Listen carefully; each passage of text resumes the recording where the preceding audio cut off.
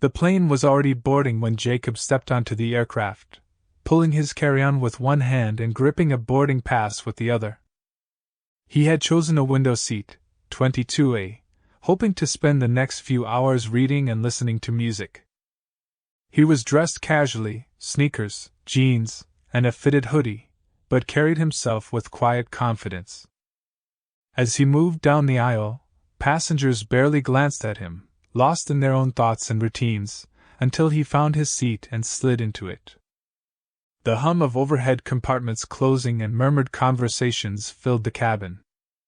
Jacob plugged in his earphones, glanced out the window, and allowed himself to relax. This flight, for him, was a short business trip, nothing complicated, nothing dramatic. But just as he leaned back, eyes half-lidded, he noticed a figure approaching down the aisle. A flight attendant, tall and blonde with perfectly styled hair, crisp uniform, and a look that didn't quite match the professional smile she tried to maintain, was walking directly toward him.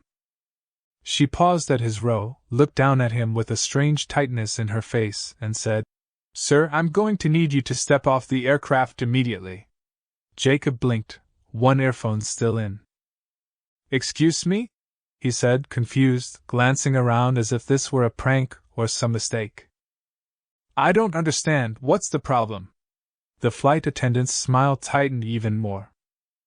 "You need to exit the plane now, sir, before we close the doors." He furrowed his brow and sat upright, pulling the earphone out. "But I have a ticket. I went through security."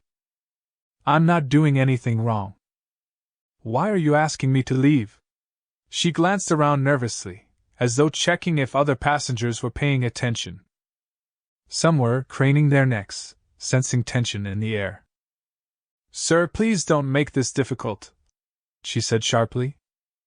"Just collect your things and come with me." Jacob didn't move.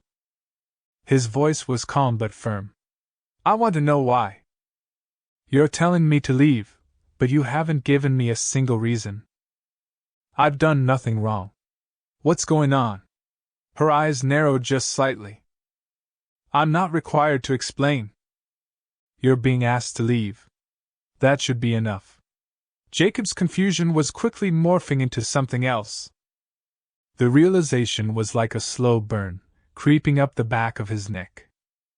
He looked her straight in the eyes. "Are you serious right now?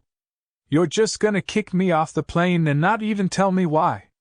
Her gaze flicked to the passengers nearby, then back to Jacob. "Sir, I'm giving you one final warning. Step off the plane. Now." There was a coldness in her tone that hadn't been there before.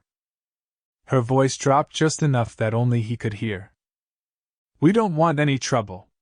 Especially not from someone like you." Jacob's eyes widened slightly. "Someone like me?" he echoed. "What the hell is that supposed to mean?" The flight attendant straightened her back, eyes flat. "This flight isn't for you. Leave before I call security." Jacob sat still for a beat, heart thumping, trying to process what was happening. All he wanted was to get to his meeting, to fly like any other passenger, but this woman, this stranger in a uniform, was treating him like a threat. "No," he said finally, voice steady. "I'm not leaving until you give me a real reason." "I paid for my seat. I went through all the steps." "You can't just—" "Yes, I can," she interrupted. "I'm authorized to remove any passenger at my discretion." "For no reason?" he shot back. "Or is it just because I'm black?" Her jaw clenched. "This is your last chance, sir." The cabin had gone eerily quiet. Nearby passengers were frozen, some with phones subtly angled toward the confrontation. No one was stepping in. No one was helping. It was just Jacob, sitting alone in his seat, surrounded by silence and the shadow of something uglier than he had expected to face on a routine flight. He looked again at the woman in front of him, trying to read anything human in her expression, and realized that she had already made up her mind before she ever walked down the aisle. Jacob stared at her, his mouth slightly open, as if he had just misheard the most absurd sentence ever spoken to him. The silence in the cabin stretched thin, the only sound being the faint mechanical buzz of the plane preparing for takeoff and the low murmur of uncertain passengers holding their collective breath. "I'm sorry, what did you just say?" he asked, slowly rising from his seat but not backing away. The flight attendant didn't blink. Her face remained cold, devoid of emotion. "I said, we don't allow black people on this flight." Her voice was quiet but deliberate, like she was reciting company policy. Time seemed to stop for Jacob. His breath caught in his chest. It wasn't just the words, it was the way she said them, as if they were routine, as if what she said made perfect sense in her twisted logic. For a second, Jacob questioned reality. Was he dreaming? Was this some social experiment? Was he being filmed for a hidden camera show?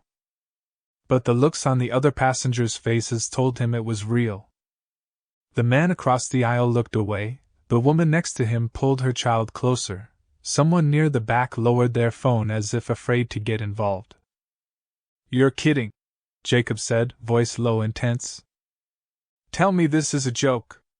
Tell me I didn't just hear that." "You heard me," she said, unmoved. "Now get off the plane. I paid for this ticket," he said, his voice rising slightly, anger mixing with disbelief. "I went through security. I followed all your rules. I boarded like everyone else. You're telling me I can't fly because of my skin color? Are you out of your mind?" "Sir, stop raising your voice," she snapped. "We don't want a disturbance." "Oh, you think this isn't a disturbance?" Jacob shot back. "You just told me black people aren't allowed on your flight like it's 1962. And I'm the one causing a disturbance? You need to calm down," she said, stepping slightly back. "We're not going to argue with you. Just collect your things and get off the plane." "No," Jacob said, his voice trembling now not just from anger but from the weight of humiliation. "No, I want my money back. Right now." "You want to throw me off this plane for no reason, fine, but you're not keeping my money. You're not getting a refund," she replied flatly. "You violated our boarding policy." "Boarding policy?" Jacob echoed, stunned. "What boarding policy says I'm not allowed because of the color of my skin?" "Show me where it says that. Show me. Please leave before I escalate this further," she warned. "You've already been given a chance. I'm not going anywhere until I speak to someone in charge," he said. "A supervisor. A captain. Somebody with a shred of decency and a brain in their head. There's no one else to speak to," she said. "I'm handling this situation." "This flight is not for you." "Not for me?" Jacob repeated, almost laughing in disbelief. "You think this seat that I paid for, that I checked in for, that I waited at the gate for, this seat isn't for me? You think I came all the way through security just to be told by some racist flight attendant that I don't belong?" She folded her arms and stood firm. "Sir? Final warning. If you do not leave now, I will call security. And I assure you, they will not be as patient as I am." Jacob shook his head slowly, eyes scanning the cabin again, looking for someone, anyone, who might stand up, say something. Acknowledge that what was happening wasn't just wrong, it was insane. But the passengers around him shrank into their seats, eyes on their phones, on the floor, anywhere but him. "You're all just going to sit there?" he asked the cabin, voice strained. "You're all okay with this? Watching a man get kicked off a flight because of his skin color? Is that where we're at now?" No one responded. The silence was louder than any scream. He turned back to the flight attendant. "You should be ashamed of yourself," he said, voice tight. "You shouldn't be wearing that uniform. You shouldn't be allowed near people. You're a disgrace." She didn't react. "Security is on the way," she said calmly. Please make it easier for yourself and walk off now. Jacob glanced at the emergency door nearby, tempted for a split second to open it just to stop the madness. Instead, he sat down again, defiantly. I'm not moving until someone with authority explains this to me, he said. You're not going to silence me with threats. Fine, she said, reaching for her radio. We're done here. Less than a minute later, 2 security officers entered the cabin from the front, their expressions unreadable. One of them motioned toward Jacob. Sir, we're going to need you to come with us. Are you serious? Jacob asked, rising slowly. You're going to drag me off this plane because a flight attendant doesn't like the color of my skin? Sir, we don't know anything about that, one of the officers said. We were just called to remove a non-compliant passenger. Non-compliant, Jacob muttered. That's what I am now. Not a paying customer. Just a problem. Please, sir, the officer said. Let's not make this worse. Jacob looked back one last time at the passengers, at the blank faces and the phones pretending not to record. He grabbed his bag, slung it over his shoulder, and followed the officers out, head high, fury in his chest like a volcano. But as he stepped off the plane, something shifted inside him. This wasn't over. He knew that. They had messed with the wrong person. He wasn't going to disappear quietly. Jacob stood his ground, arms crossed, his breathing sharp and deliberate as the 2 security officers flanked him on either side. I'm not leaving, he repeated, his voice hard but steady, a storm behind his eyes. I've done nothing wrong. You don't get to treat me like this. I'm a customer. A human being. Not a threat. The lead officer exchanged a glance with his partner, his hand subtly resting near the radio on his belt. Sir, we understand you're upset. But we were called to remove you from the aircraft. If you refuse, we'll have to escalate the situation. Escalate? Jacob snapped. You mean what, drag me out? Arrest me? Humiliate me further? You're going to do that because a racist flight attendant decided I don't belong? The second officer took a step closer, his voice lower, more mechanical. We're not here to make judgments. Please, sir, let's not do this the hard way. There shouldn't even be a hard way, Jacob replied. This should never have happened in the first place. Around them, the cabin remained frozen. Passengers stared without blinking, some hiding their phones now, as if afraid they'd be forced to choose a side. The flight attendant stood at the front, arms still crossed, her expression a mix of triumph and indifference, like someone watching a mess they were proud to create. You're all just going to watch this, Jacob called out, raising his voice. Every single one of you? You think it's okay that someone gets kicked off a flight because of the color of their skin? You think silence makes you innocent? Still, no one moved. No one spoke. The officers reached for his arms. He pulled back instinctively, but not aggressively. Don't touch me, he warned. I'll go. But don't you dare put your hands on me like I'm some criminal. The lead officer nodded. Thank you, sir, let's keep this peaceful. Jacob grabbed his bag slowly, turned to face the cabin one last time, and then walked off the plane, his footsteps heavy, each one echoing with humiliation, rage, and disbelief. As he stepped back into the jet bridge, the sterile lights and cool air hit him like a slap. Once outside the aircraft, the security officers gave him a simple nod and walked away without another word. No apology. No explanation. Nothing. He stood in the middle of the terminal for a moment, unsure of what to do next. His heart was pounding. His hands were shaking, not from fear, but from the weight of what had just happened. He looked around, saw travelers rushing past as if nothing in the world had changed, and then pulled out his phone.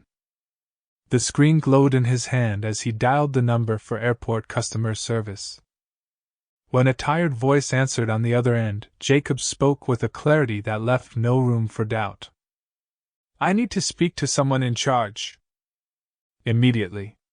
I was just forcibly removed from a flight for being black. And I want to know what you're going to do about it." The voice on the other end stammered, clearly caught off guard. "Yes, sir, I'm very sorry to hear that. Please hold while I transfer you to the operations manager." The hold music kicked in, soft jazz playing mockingly in Jacob's ear as he paced the terminal.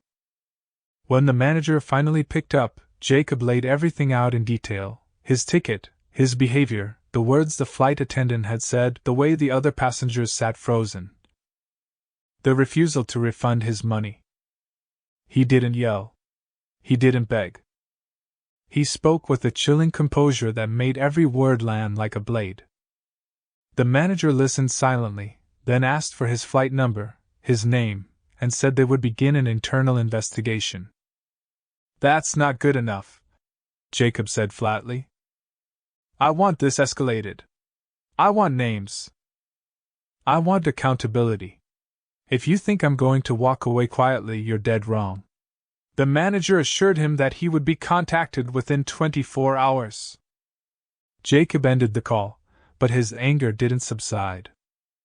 He spent the rest of the day writing a formal complaint, attaching every receipt, every confirmation number, timestamping everything he could.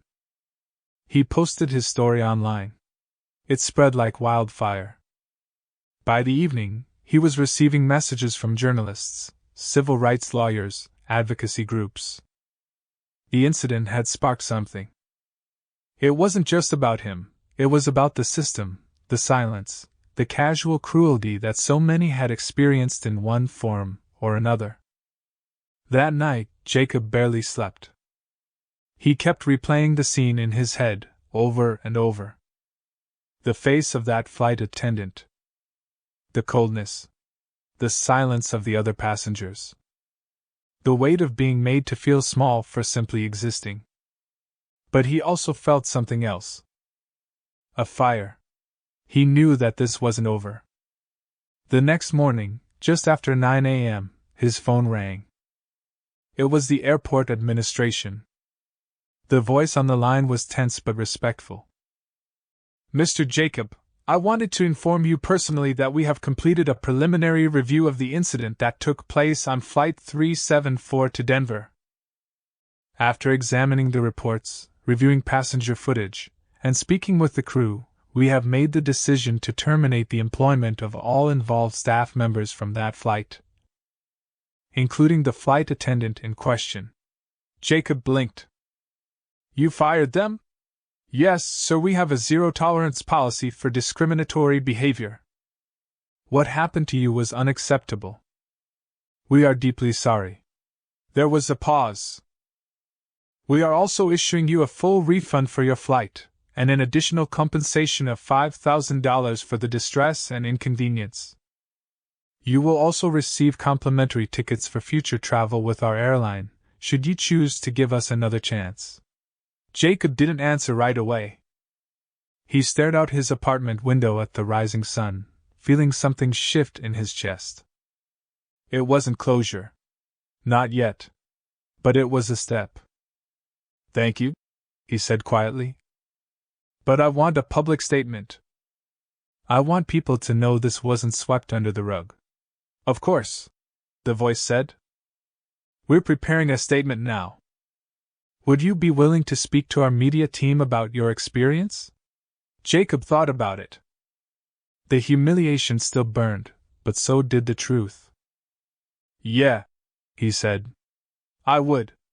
As he hung up, he realized that what had started as the worst day of his life had now become something more, an opportunity to fight back, to speak up, to hold the system accountable. He wasn't just a passenger anymore. He was a witness. A voice. And this time, he wouldn't be silenced.